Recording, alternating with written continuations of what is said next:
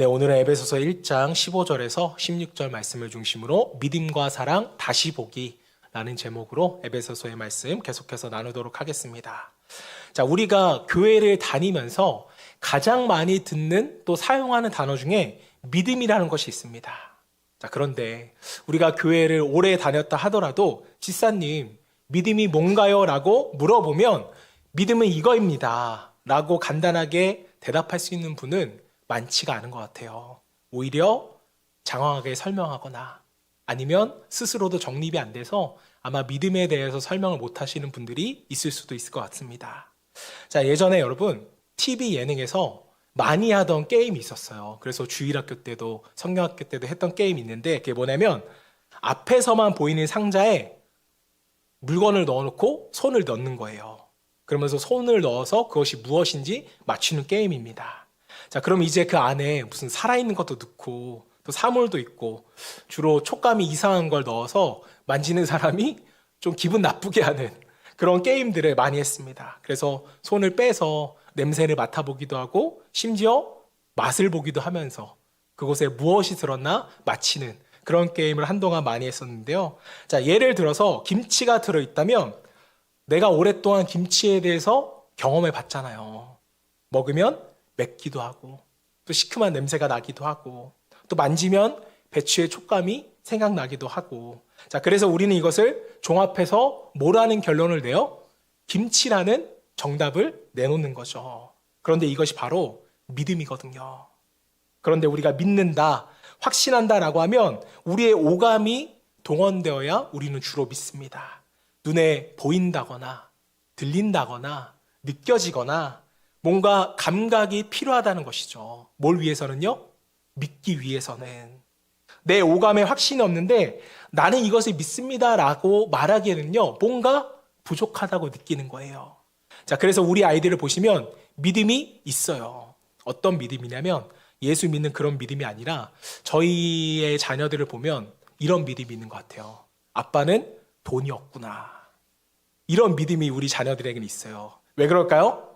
아이들은 이미 경험했거든요. 마트에 가도 식당에 가도 누가 계산해요? 엄마가 계산하거든요. 그리고 아빠한테 아빠 나 이거 사줘 하면은 아빠는 뭐라고 말해요? 엄마한테 말해. 아빠는 돈 없어. 이렇게 말하다 보니까 경험상으로 우리 아이들에게는 어떤 믿음이 생기나요? 아, 우리 아빠는 돈이 없어. 이러한 믿음이 생기는 것입니다. 자, 그런데 신앙에서는 믿음이라고 하면 하나님을 믿느냐라고 우리가 질문을 하면 대답을 우리가 잘 못해요. 그 이유는 뭘까요?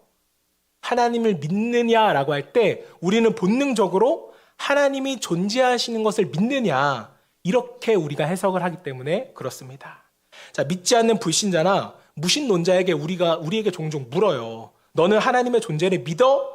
라고 물어보면 난 믿어 라고 할 때 그때 들어오는 역공이 뭐예요? 안 믿는 사람이? 그럼 증명해봐. 너 하나님 봤어? 이거죠. 여러분들은 하나님을 보셨나요? 만져보셨어요? 우리는 하나님을 본 적이 없어요. 그래서 우리는 무신론자들의 공격에 우리의 마음이 위축이 되는 것입니다. 자, 무신론자들 항상 우리에게 하나님의 존재를 너희가 증명하라는 거예요. 그런데 여러분, 증명하는 것은 보이는 세계에서나 증명이 가능한 것입니다. 과학적으로. 그들이 원하는 합리적이고 논리적으로 설명하기 위해서는 보이고 들리고 느끼도록 해야 그것이 증명이 되는 거잖아요. 사실 우리의 자녀들도 이것을 원하고 있을지도 모르겠습니다. 자, 그런데 문제는 보이지 않는 이 하나님의 존재를 증명하는 것은 아예 증명 자체를 우리가 시작할 수 없잖아요. 처음부터 보이지 않는 하나님을 우리가 어떻게 증명하겠어요? 자, 그래서 우리는 그들의 공격에 당황할 때가 많다는 것이죠. 믿음이 없어서가 아니라 하나님의 믿느냐를 이 존재로 믿느냐 이것으로 설명해야 하기 때문에 우리가 당황을 하더라는 것입니다. 제가 이 문제 때문에 여러분 정말 고민을 많이 했습니다. 제가 10년 전쯤에 이 중고등부 사역을 처음 할 때였는데 우리 청소년들은요 유아 세례보다 과학의 세례를 더 많이 받았어요. 그래서 과학적으로 설명이 되고 증명이 돼야 믿는 세대가 되었습니다. 자, 그래서 오죽하면 제가 10년 전에 이런 생각을 해봤어요. 당시 사역했던, 중고등부 사역을 처음 시작했던 동네가 분당이었는데, 하나님, 분당 서현역 4번 출구에 딱 한 번만 나타나 주세요. 길게도 필요 없습니다. 딱 5분만 하나님께서 나타나시면 제가 앞으로 복음을 전하기가 너무 쉬울 것 같아요. 제가 이런 생각까지 해봤는데요. 이때가 전도사 때였습니다. 사실 어떻게 보면 굉장히 어리석은 생각이었던 거죠. 자, 그런데 우리 마음 가운데는 다 이러한 생각이 있어요, 없어요? 있다는 거죠. 하나님, 딱 한 번만 보여주시면 내가 믿겠습니다. 한 번만 보여주시면 내가 정말 잘 믿을 텐데. 자, 미국의 종교 철학자이면서도 기독교 변증가인 알빈 플랑티카라는 분은요, 굉장히 유명하신 분인데, 이분이 어떻게 유명해졌냐면 많은 기독교 변증가들이 하나님의 존재를 증명하려고 했었는데, 이분은 뭐라고 이야기하냐면 이렇게 얘기했습니다. 신의 존재를 증명하지 않고도 우리가 믿음 생활을 하는 것은 매우 합리적이다. 우리는 증명해야 되잖아요. 그런데 그게 아니라는 것입니다. 믿음의 합리성은 신의 존재에 대한 증명이 필요 없다라는 거예요. 여러분, 믿음이라는 것은 증명이 필요 없다고 말합니다.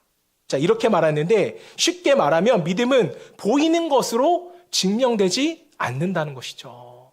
그런데 어떻게 우리가 이것을 증명할 수가 있겠어요? 자, 그러면서 무신론자들한테는 뭐라고 얘기하냐면 너희들은 하나님의 존재를 자꾸 우리에게 증명하라고 하는데 오히려 너희가 하나님의 존재 없음을 증명해봐. 설명해봐. 이렇게 알빈 플랑티카 목사님이 역공을 하는 것입니다. 자, 하나님이 존재하지 않는 것을 증명한 다음에 그 다음에 너희가 무신론자가 되라는 이야기거든요. 이 얘기는 뭐예요? 우리가 존재 가지고 싸우지 말자. 시비 걸지 말자는 것입니다. 자, 너네도 하나님이 없다는 거 증명하지 못하잖아. 우리도 존재 방식을 가지고 증명할 생각이 없어. 그건 원래 할 수 없는 거야. 이 말인 거죠. 자, 성경도 하나님은 영이시고 눈으로 볼 수 있다 없다? 볼 수 없다고 했잖아요. 기독교 변증가인 알빈 플랑티카가 이 논리를 가지고 굉장히 유명해졌습니다. 자, 사랑하는 여러분, 하나님을 믿는다, 또 우리가 예수님을 믿는다라는 것은요, 그 믿음은 하나님의 존재를 증명해내는 것이 아니에요. 하나님께서는 어떤 존재가 되어서 우리에게 믿음을 주시는 그런 하나님이 아니시라는 것입니다. 자, 출애굽기 20장 4절 말씀 우리 함께 읽어볼까요? 시작. 너희를 위하여 새긴 우상을 땅에 있는 것이나 땅 아래 물속에 있는 것에 어떤 형상도 만들지 말며. 자, 지금 하나님께서 제2계명을 주시면서 뭐라고 말해요? 너를 위하여 새긴 우상을 만들지 말고. 자, 우상이 뭐예요? 하나님과는 다르게 보이는 존재잖아요. 만질 수 있고 느낄 수 있어요. 자, 그런데 이게 다 누구를 위한 거래요? 너희를 위해. 보여줘서 증명할 수 있는 신은 누구에게 편한 거예요? 너희에게 편하다는 것이죠. 말하기 편하고 믿기도 편한 것입니다. 뭐가요? 하나님 말고 우상이요. 자, 그런데 하나님께서는 너를 위해 우상을 만들지 말라. 하늘에 있든 땅에 있든 물속에 있든 그 어떤 것도 하나님을 형상화하지 말라는 것입니다. 자, 그런데 인간은 눈에 안 보이면 불안한 거예요. 그래서 우상을 만들게 되는 것입니다. 누가 그랬을까요? 이스라엘 백성들이 그러했습니다. 출애굽기 32장 4절 말씀. 아론이 그들의 손에서 금고리를 받아 부어서 조각칼로 새겨 송아지 형상을 만드니 그들이 말하되 이스라엘아 이는 너희를 애굽 땅에서 인도하여 낸 너희의 신이로다 하는지라. 자, 이게 뭐냐면 모세가 시내의 산에 올라가서 하나님의 말씀을 받는 동안에 며칠이 지났는데도 모세가 안 내려오는 거예요. 지도자였던 모세가 안 내려오니까 이스라엘 백성들이 불안하기 시작한 것입니다. 자, 그래서 아론에게 부탁을 해요. 우리를 인도할 신을 만들어 주세요. 하나님이 떠난 것 같았거든요. 불안한 것입니다. 자, 그런데 아론은 모세의 형이고 제사장이었기 때문에 하나님을 버릴 수는 없었습니다. 자, 그런데도 사람들이 계속 불안해하니까 어떻게 해요? 사람들이 가지고 있는 금부치를 다 모아서 우상을 만들어 주는데, 자, 여기서 중요한 건 다른 우상을 만드는 게 아니에요. 너희를 애굽 땅에서 인도해 주시는 신, 즉 하나님을 금송아지로 형상해서 우상을 만든 것이었습니다. 자, 여러분, 다른 신을 찾아가고 만들고 거기에 절하는 것만이 우상 숭배가 아니라는 거예요. 하나님을 형상화하는 것도 우상 숭배라는 것입니다. 자, 그 결과 이스라엘이 어떻게 됩니까? 3,000명이 죽고 또 40년 동안 광야에서 헤매잖아요. 하나님은 자신을 우상화, 형상화하지 말라고 말씀하셨습니다. 자, 인간은 당연히 보이는 것이 믿기가 더 편합니다. 자, 그러나 하나님은 우상을 금하셨어요. 우리가 믿기 편한 방식을 하나님이 거부하셨다는 것입니다. 자, 그렇다면 소위 기독교가 얘기하는 믿음은 적어도 보여지는 것에 의해서, 오감에 의해서 증명되어지는 그것에 믿는 믿음과는 다르다는 거예요. 왜요? 하나님은 보여지지 않는 분이기 때문에, 형상화되지 않는 분이기 때문에. 자, 오늘 본문 에베소서 1장 15절에서 바울이 이렇게 얘기합니다. 이로 말미암아 주 예수 안에서 너희 믿음과 모든 성도를 향한 사랑을 나도 듣고, 주 예수 안에서 너의 믿음과. 자, 그러면서 바울은 너희가 믿음이 있다는 소식, 너희가 모든 성도와 함께 사랑한다는 소식을 내가 듣고 너희를 위해서 내가 기도하면서 내가 얼마나 감사했는지 몰라, 이렇게 이야기를 합니다. 자, 도대체 에베소 성도들에게 어떤 믿음이 있었기에 사도 바울이 그렇게 좋아했던 것일까? 적어도 우상을 만들어 놓고 한 것은 아니었습니다. 자, 에베소 사람들이 하나님의 존재를 증명할 수 있는 아주 유명한 법칙을 만들었기 때문에 사도 바울이 기뻐한 것도 아니에요. 자, 뭐 때문에 즐거움을 했는가? 자, 여러분, 성경에서 말하는 믿음은 특별히 신약 성경으로 넘어와서 믿는다라고 말하는 이 믿음은요, 하나님의 존재나 또 예수님의 존재를 믿는 믿음, 그 이상의 의미가 분명히 있습니다. 자, 예수님이 존재했다고 믿는 사람들은 많아요, 적어요? 많아요. 아마 대부분의 사람들이 예수님이 존재했다라는 것은 믿을 것입니다. 자, 예수님이 오신 이후 믿음이라는 것은 바로 복음이라는 내용을 믿는 걸로 바뀌어버려요. 제가 복음의 가치에 대해서 설명을 했었잖아요. 복음의 가치는 복음의 내용에 있다. 자, 그러니까 믿음의 실체는 복음의 내용인 것이죠. 에베소 사람들이 이 복음의 내용을 잘 믿었다는 것입니다. 자, 복음의 내용, 예를 들면 로마서 5장 17절 말씀 함께 보겠습니다. 한 사람의 범죄로 말미암아. 이 한 사람이 누구예요? 아담이죠. 그 아담이 범죄했습니다. 자, 그래서 사망이 그 한 사람을 통하여 왕노릇하였은즉. 자, 여기서 말하는 왕노릇, 여러분이 태어나서 아무런 죄를 짓지 않아도 아담이라는 한 사람으로 인하여서 우리는 원죄가 있다는 거예요. 오리지널 신을 가지고 우리는 태어난다는 것이죠. 이것은 우리가 해결할 수 있어요, 없어요? 없습니다. 이어서 더욱 은혜와 의의 선물을 넘치게 받는 자들은 한 분 예수 그리스도를 통하여 생명 안에서 왕노릇 하리로다. 자, 이게 뭐냐면요, 예수라는 한 사람을 통해서 사망이 왕노릇 하던 인생이 생명으로 넘어왔다는 거예요. 죄의 영향 가운데서 우리가 자유해졌다는 복음의 내용인 것입니다. 자, 성경을 잘 보시면 사도 바울은 항상 복음의 내용을 증언하고 선포했지 하나님의 존재를 증명하지 않아요. 잘 한번 생각해 보세요. 그저 복음의 내용만을 증언하고 선포하는 바울의 모습을 보게 됩니다. 자, 사도 바울이 전했던 복음의 내용을 7가지로 정리해 봤어요. 보시면 첫 번째, 인간은 죄인이다. 우리는 죄인이죠. 여러분들이 죄를 안 지으려고 노력해도 죄를 지을 수밖에 없습니다. 뭐가 있기 때문에? 아담에게로부터 온 원죄가 있기 때문에, 죄성 때문에 우리는 또 죄를 짓게 된다는 것이죠. 자, 두 번째가 죄의 대가는 죽음이다입니다. 자, 죄의 대가는 사망인데 여기서 말하는 죽음은요, 육신의 죽음의 포인트가 있는 것이 아니라 하나님과의 우리의 관계가 단절됐다는 거예요. 하나님의 인도나 보호하심, 또 구원의 손길에서 우리가 멀어졌고 하나님과 관계없는 자가 되었다는 것입니다. 그리고 세 번째, 인간은 이 죄의 문제를 스스로 해결할 수 있다, 없다? 없다. 내가 하나님 안으로 들어가고 싶은데 죄를 지은 인간은 스스로 자기 죄를 해결할 수가 없어요. 그저 죽은 날만 받아놓고 살아가는 것입니다. 자, 네 번째, 인간은 스스로 선한 행위로 의인이 될 수 없다. 자, 인간은 스스로 의로워지거나 선한 행위로서 하나님의 수준에 이를 수 있는 그런 자가 될 수 없다는 것입니다. 내가 하나님을 만나고 싶어요. 내가 하나님께 의지적으로 가까이 가려고 해도 하나님은 거룩하시기 때문에 거룩하지 못한 내가 가까이 다가갈 수 없는 것입니다.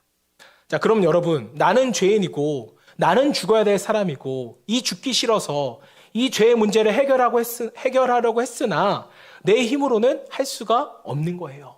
자, 그래서 복음의 내용 5번째가 나옵니다. 5번째, 하나님이 인간의 죄 문제를 해결하시고 구원하시기를 원하신다. 언제부터요? 아담이 범죄한 직후부터. 그때부터 하나님은 우리를 구원하실 인류의 계획을 세우셨다는 것입니다. 자, 그리고 6번째, 그리고 나서 신약시대로 넘어와서 누구를 보내세요? 예수님을 보내셔서 인간의 죄의 문제를 해결하신다. 우리의 죄를 대속하시는 그 십자가의 구원을 이루어 주시는 것입니다. 자, 그럼 우리가 죄 없다 칭함받는 상태로 들어가면서 7번째, 예수님이 인간을 의롭게 하신다. 무엇으로 말미암아? 은혜로 말미암아. 다시 말씀드리지만 우리 자체로는요, 의로워질 수 있는 요소가 요만큼도 없다라는 거예요. 예수님의 은혜로 말미암아 우리는 의롭게 된 것입니다. 자, 여러분, 성경에서 믿음이라는 게 뭔가, 왜 우리가 믿음을 설명하기 어려운가? 우리는 자꾸 하나님을 존재로서, 믿음을 존재로서 설명하기 원해서 그렇다는 것입니다.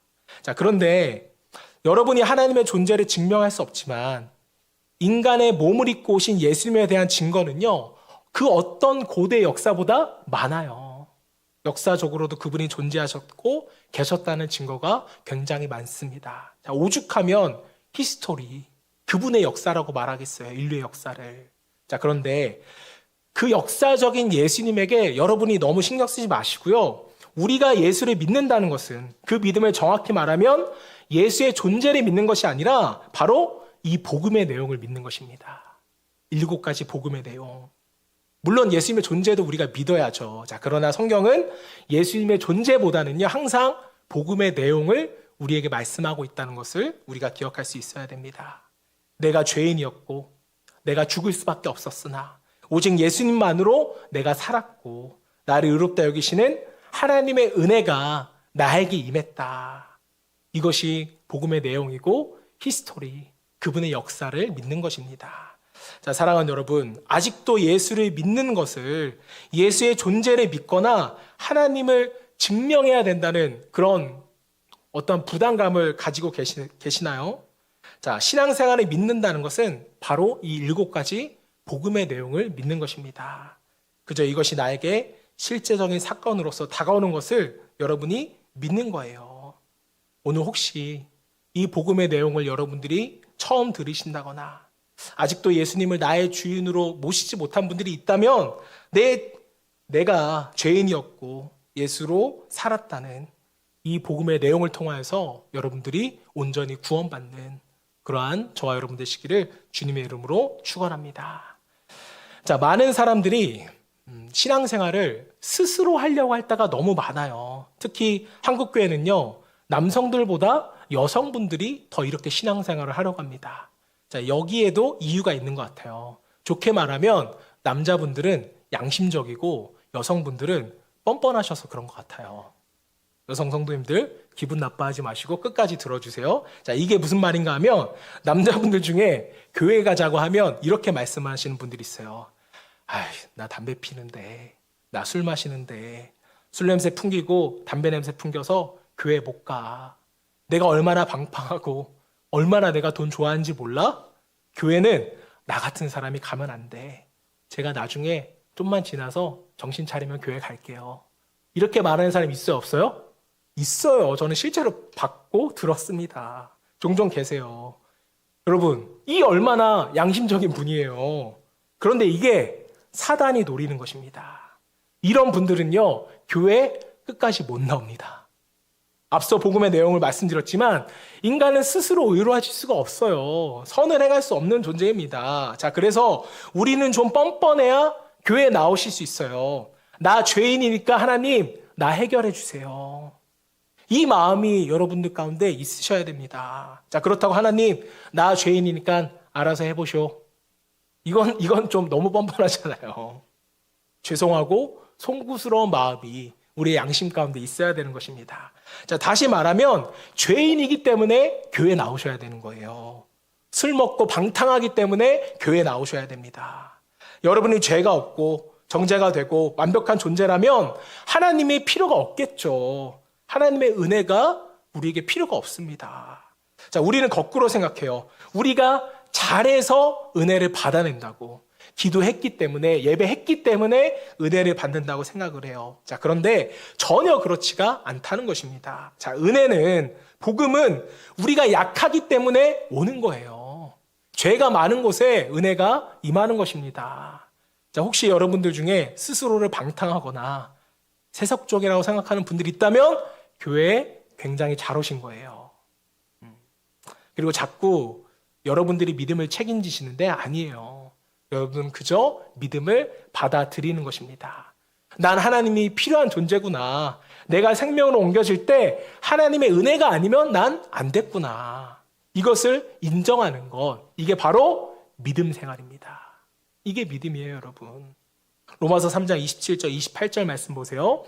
그런즉 자랑할 데가 어딨냐? 있을 수가 없느니라. 무슨 법으로냐? 행위로냐? 아니라 오직 믿음의 법이로니라. 그러므로 사람의 의롭다 하심은 없는 것은 율법의 행위에 있지 않고 믿음으로 되는 줄 우리가 인정하노라. 자, 의롭게 된다는 것은 여러분들이 착해지는 게 아니에요. 여러분과 저는 여전히 죄성 가운데 있습니다. 그럼에도 불구하고 하나님이 우리의 아버지가 되어주시고 우리가 하나님의 자녀가 되어지는 것이에요. 누구를 통해서요? 예수 그리스도를 통해서. 어떻게 해서요? 은혜로 말미암아. 지금도 우리는 은혜가 빠져버리면 하나님 앞에 설 수가 없는 존재라는 것이죠. 자, 그런데 하나님께서 믿음으로 말미암아 사람이 의로워졌다라고 선언하시면서 28절 후반부에 뭐라고 되어 있었어요? 율법의 행위에 있지 않고 믿음으로 되는 줄 우리가 인정하노라. 여기서의 믿음이 뭐였어요?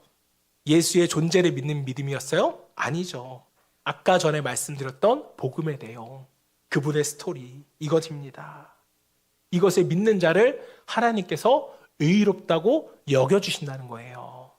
갈라디아서 2장 16절 말씀 좀 기니까 함께 읽어볼까요? 시작. 사람이 의롭게 되는 것은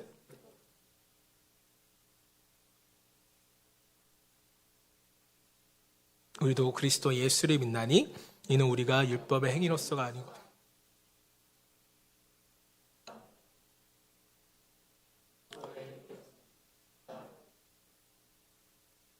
여러분 제가 왜 계속 믿음에 대해서 말씀을 하면서 율법과 의에 대해서 설명을 하냐면요.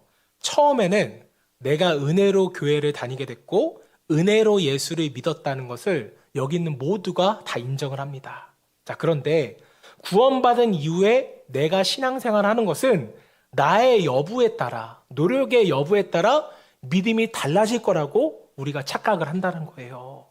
여러분 착각하지 마세요. 믿음은 구원받기 전이나 구원받은 후에도 하나님의 은혜가 아니면 여러분들의 믿음 지킬 수 없어요. 이것을 반드시 기억하고 신앙생활을 하셔야 됩니다. 예수 믿는 다음에도 우리 스스로는 절대로 의로워질 수가 없습니다. 자, 믿음은 그저 하나님의 은혜로 구원받다는 사실을 증언하는 것이고 또 믿음의 행위로서는 구원받을 수 없다는 사실을 증언하는 거예요. 이게 믿음의 내용입니다, 여러분. 자, 그래서 여러분 오늘 이 시간부터는 여러분의 문제, 죄짐 다 내려놓으시길 바랍니다. 자, 하나님 앞에서요 완벽주의는요 죄예요. 완벽주의자라고 불리시는 분들을 자세히 보시면 초점이 항상 나에게 있어요. 내가 철저하게 하면, 내가 완벽하게 하면 이게 다 이루어질 거야. 이렇게 생각을 한다는 것입니다. 자, 그런데 여러분 우리에게는 그런 능력이 있어요, 없어요? 없다는 거예요. 하나님을 믿고 하나님의 자녀가 된 이후에 많은 성도들 가운데 이와 같은 문제가 생깁니다. 내가 이제 은혜 받고 의로워졌으니 이제 교회도 열심히 다니니까 내가 뭔가 의로운 일을 할 수 있는 사람, 그렇게 스스로를 봐버리는 거예요. 이게 굉장히 열심히 있는 신앙처럼 보이지만 결국은 어떤 증상이 나옵니까? 나중에는 왜 예수를 믿은 후에 조금의 변화는 있었지만 나는 왜 그대로지? 나는 왜 여전히 죄를 지으면서 살아가고 있지? 조금 더 지나면 왜 나의 삶은 그대로지? 그래서 점점 우리의 생각이 부정적으로 흘러가는 거예요. 이러다가 하나님이 나 버리시면 어떡하지? 나 천국 못 가면 어떡하지? 조금 주변 상황이 안 좋아지면 하나님이 나를 심판하셨나? 나를 버리셨나? 나 같은 게 무슨 하나님의 자녀야. 이렇게 생각을 해버리고 어디를 떠나요? 교회를 떠나게 되더라는 것이죠. 아닌 것 같으세요? 이렇게 해서 교회를 떠난 사람들이 너무 많아요. 내 삶이 달라지지 않았는데, 내 환경이 달라지지 않았는데. 잘 들으셔야 합니다. 예수님이 우리의 죄를 위해서 십자가에 못 박히셨어요. 그리고 부활 승천하시면서 우리에게 복음의 내용을 주셨을 때 예수님은 우리에게 이렇게 말씀하시지 않으셨어요. 너네들 죄 지으면 그때는 얄짤 없다. 그땐 너 지옥 가는 거야. 알았지? 여기 복음 있으니까 여기 계약서에 도장 찍어. 이렇게 하셨나요? 여기 우리들 중에 하나님께 계약서 받고 신앙생활 하신 분 계세요? 없잖아요. 로마서 8장 38절 39절 내가 확신하노니 사망이나 생명이나 천사들이나 권세자들이나 현재일이나 장래일이나 능력이나 높음이나 깊음이나 다른 어떤 피조물이라도 우리를 우리 주 그리스도 예수 안에 있는 하나님의 사랑에서 뭐 할 수 없다? 끊을 수 없으리라. 여러분, 이 말씀은 예수 믿기 전에 로마 교인들에게 주신 성경이 아니에요. 로마에 있는 믿는 교인들에게 주신 말씀입니다. 자, 왜 그랬을까요? 왜 하나님의 사랑은 그 어떤 것도 끊을 수 없다고 왜 얘기했을까? 그 이유가 앞에 나와요. 로마서 8장 31절 34절까지. 그런즉 이 일에 대하여 우리가 무슨 말을 하리요? 만일 하나님이 우리를 위하시면 누가 우리를 대적하리요? 33절 누가 능히 하나님께서 택하신 자들을 고발하리요? 34절 누가 정죄하리요? 예수를 믿고 사는데 계속해서 우리 가운데 대적이 오는 거예요. 고발이 오고 정죄가 오고 너 예수 믿는데 왜 죄를 짓는 거야? 너 하나님 믿는데 너 왜 그렇게 사는 거야? 이렇게 말하는 이들이 바로 대적이고 고발이고 정죄였습니다. 자, 그런데 이때 사도 바울이 얘기한 게 뭐예요? 좀 전에 본 39절 괜찮아. 우리를 우리 주 예수 그리스도 안에 있는 하나님의 사랑에서 우리를 끊을 수 없다. 바로 이것입니다. 우리는 예수를 믿고서 우리가 진짜 의로운 행위가 가능한 사람으로 바뀐 줄 알고 착각을 하며 신앙생활을 해요. 그리고 나서 선한 행위를 하지 못하면 나의 믿음은 없다. 하나님이 나를 버리셨다. 이렇게 두려워합니다. 그래서 실제로는 그렇게 하지도 못하는데 뭐만 완벽주의자가 되는 거예요? 생각만 완벽주의자가 되는 것이죠. 그리고 다른 사람에 대해서는 강팍한 사람이 되고 자기도 용서하지 않고 다른 사람도 용서하지 못하는 그런 사람이 되는 것입니다. 이 때문에 뭐가 무너지게 되죠? 공동체, 교회가 무너지는 것이죠. 지금 한국 교회를 보면 이런 현상들이 너무나도 많이 나타나고 있어요. 사랑이 있는 게 아니고 그저 정의를 가장한 완벽주의가 판치게 될 때 교회는 무너질 수밖에 없는 것입니다. 자, 사랑하는 여러분, 예수님이 십자가에서 모든 구원을 완성하시고 여러분을 의롭다 하시고 여러분들이 의롭게 살 능력 있는 존재로 바꾸어졌다면 이 땅 가운데 보혜사 성령님은요 오실 필요가 없었어요. 왜 성령을 주셨습니까? 왜 우리에게 성령을 보내주셨어요? 그것은 예수 믿는 이후에도 우리에게 은혜가 필요했기 때문이었습니다. 성령을 보내주신 이유가 다른 이유가 없어요. 요한복음 14장 16절 내가 아버지께 구하겠으니 그가 또 다른 보혜사를 너희에게 주사 영원토록 너희와 함께 있게 하리니. 여기서 또 다른 보혜사는 성령인데요. 자, 또 다른 보혜사는 두 번째 보혜사라는 의미입니다. 자, 그럼 첫 번째 보혜사가 누구였어요? 예수 그리스도. 예수님의 십자가 은혜로 우리를 구원하셨고요. 자, 그럼 또 다른 보혜사. 보혜사의 뜻이 뭐예요? 보호해 주시고 해, 은혜 주시고 스승이란 뜻이죠.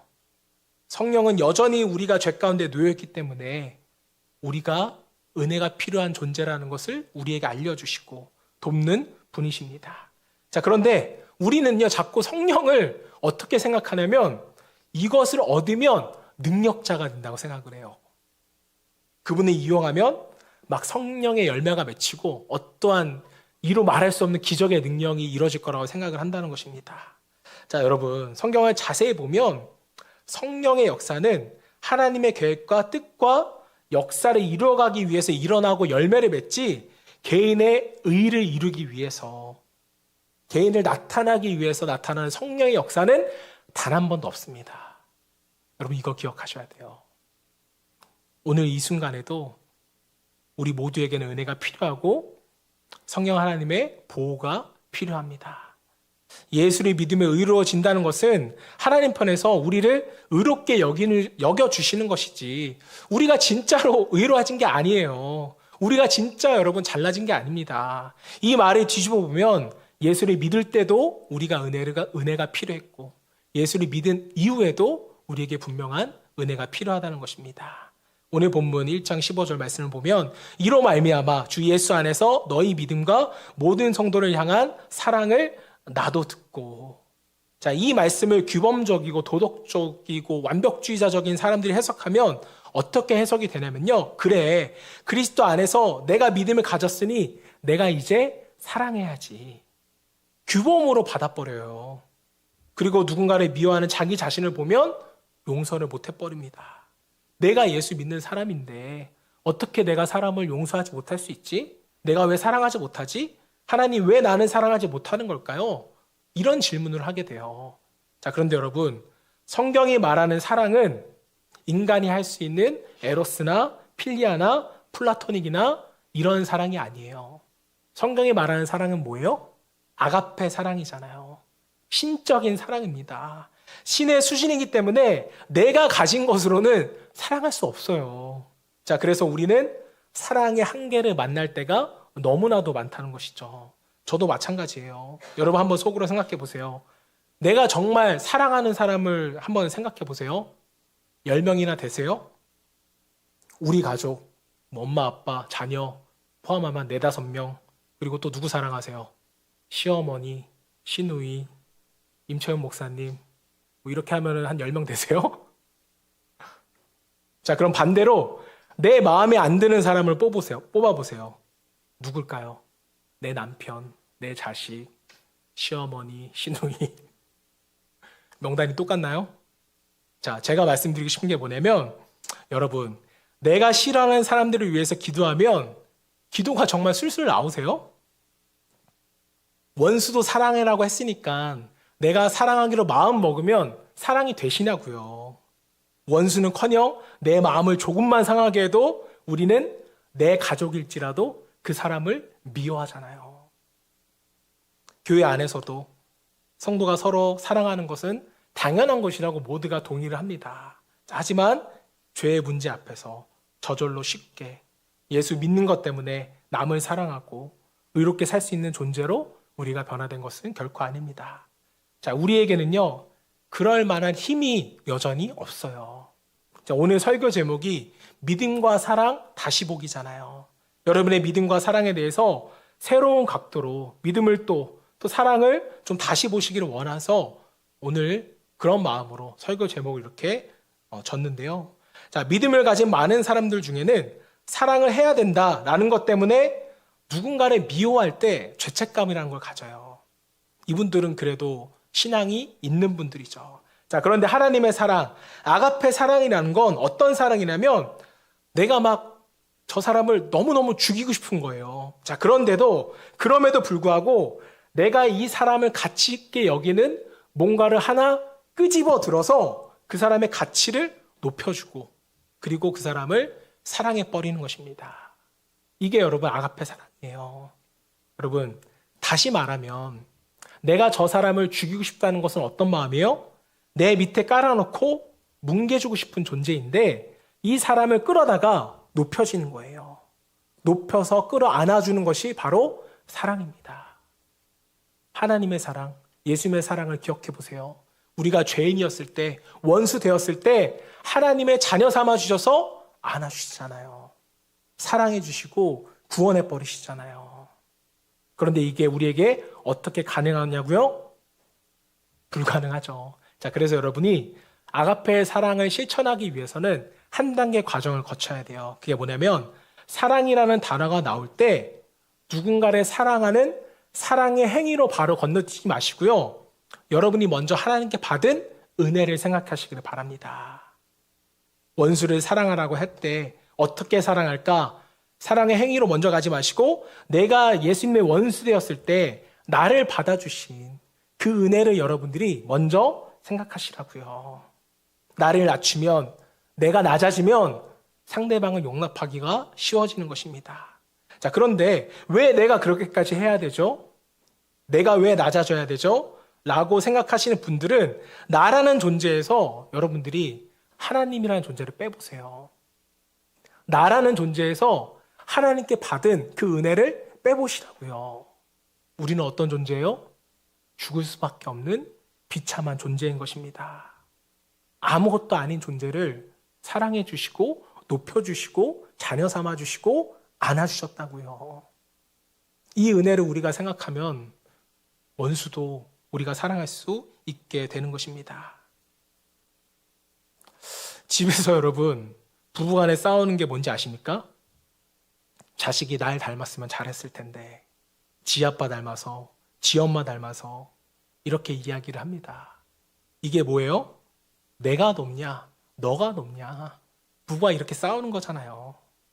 그때마다 내가 받은 은혜가 어떤 건지를 기억하면서 상대방을 용납해 주셔야 됩니다. 자, 우리가 넌 누구냐 이런 질문을 받으면 우리는 당황해 하잖아요. 황당한 질문이지만 우리가 한 번쯤 생각해 봐야 하는 철학적인 질문이라고 저는 생각을 합니다.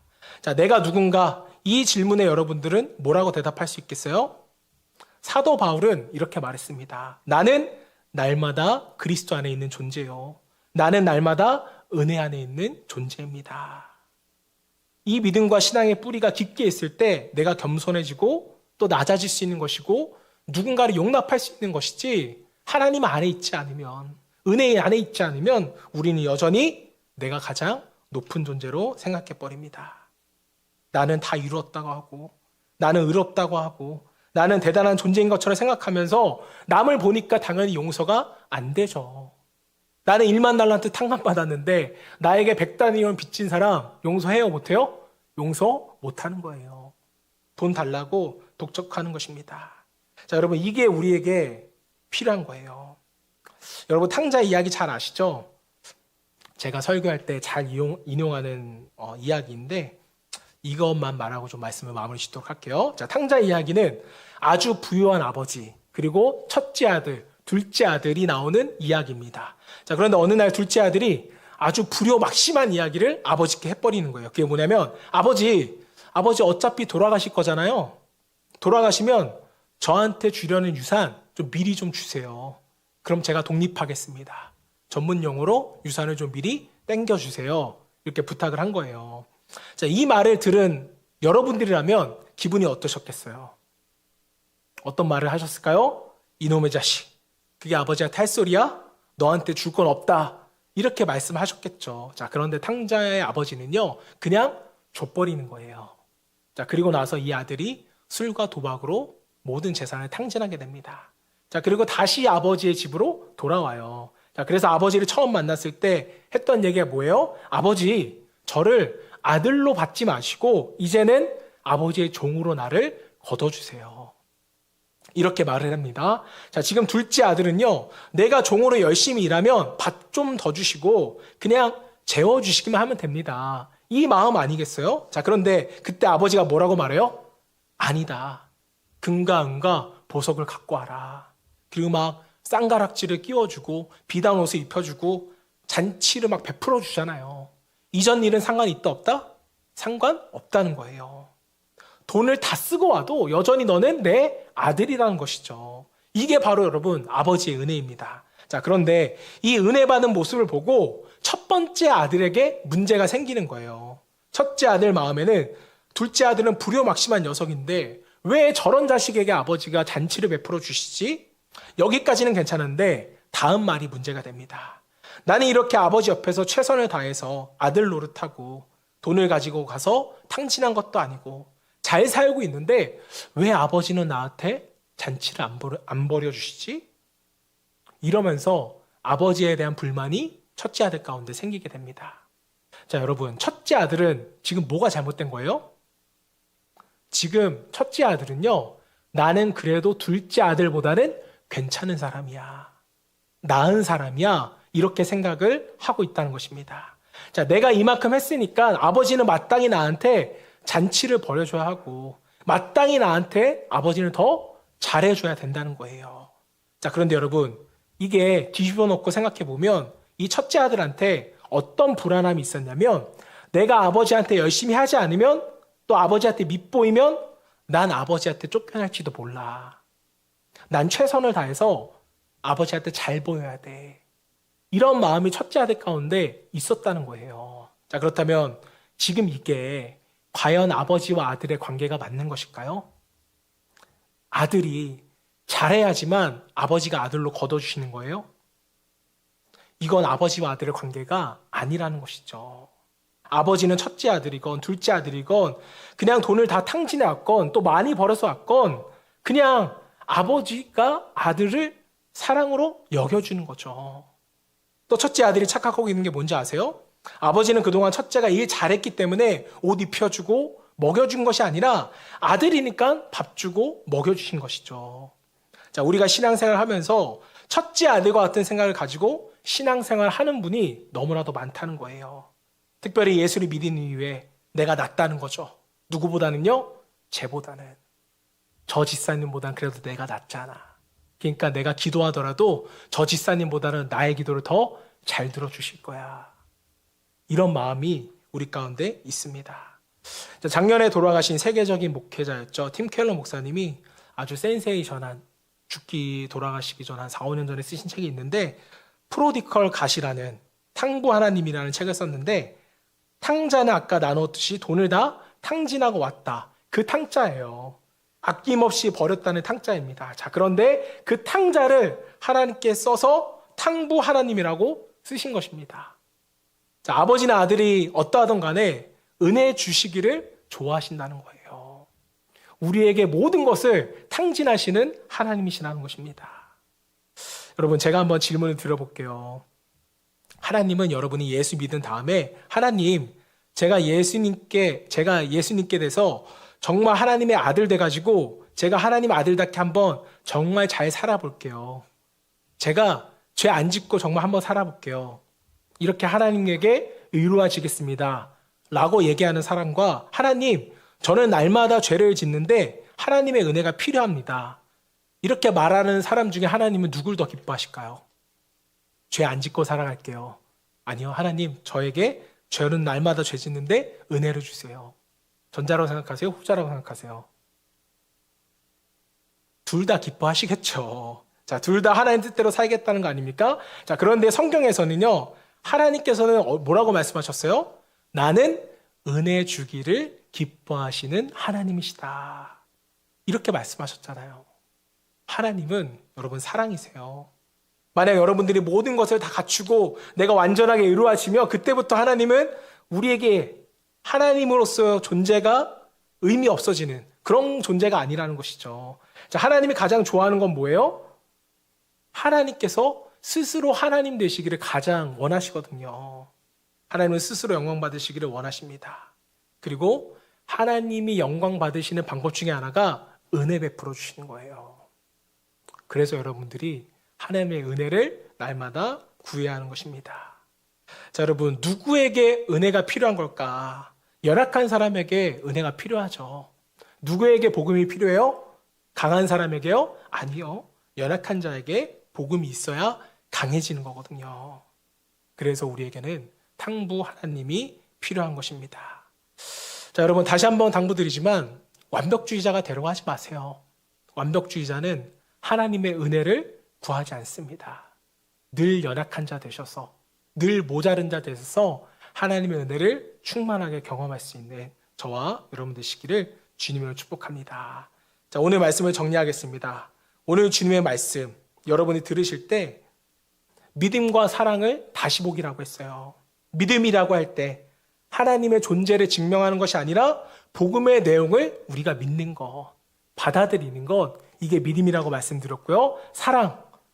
우리로서는 사랑을 할 수 없어요. 사랑을 도전하시기 전에 뭐부터 우리에게 필요하다? 은혜가 필요하다.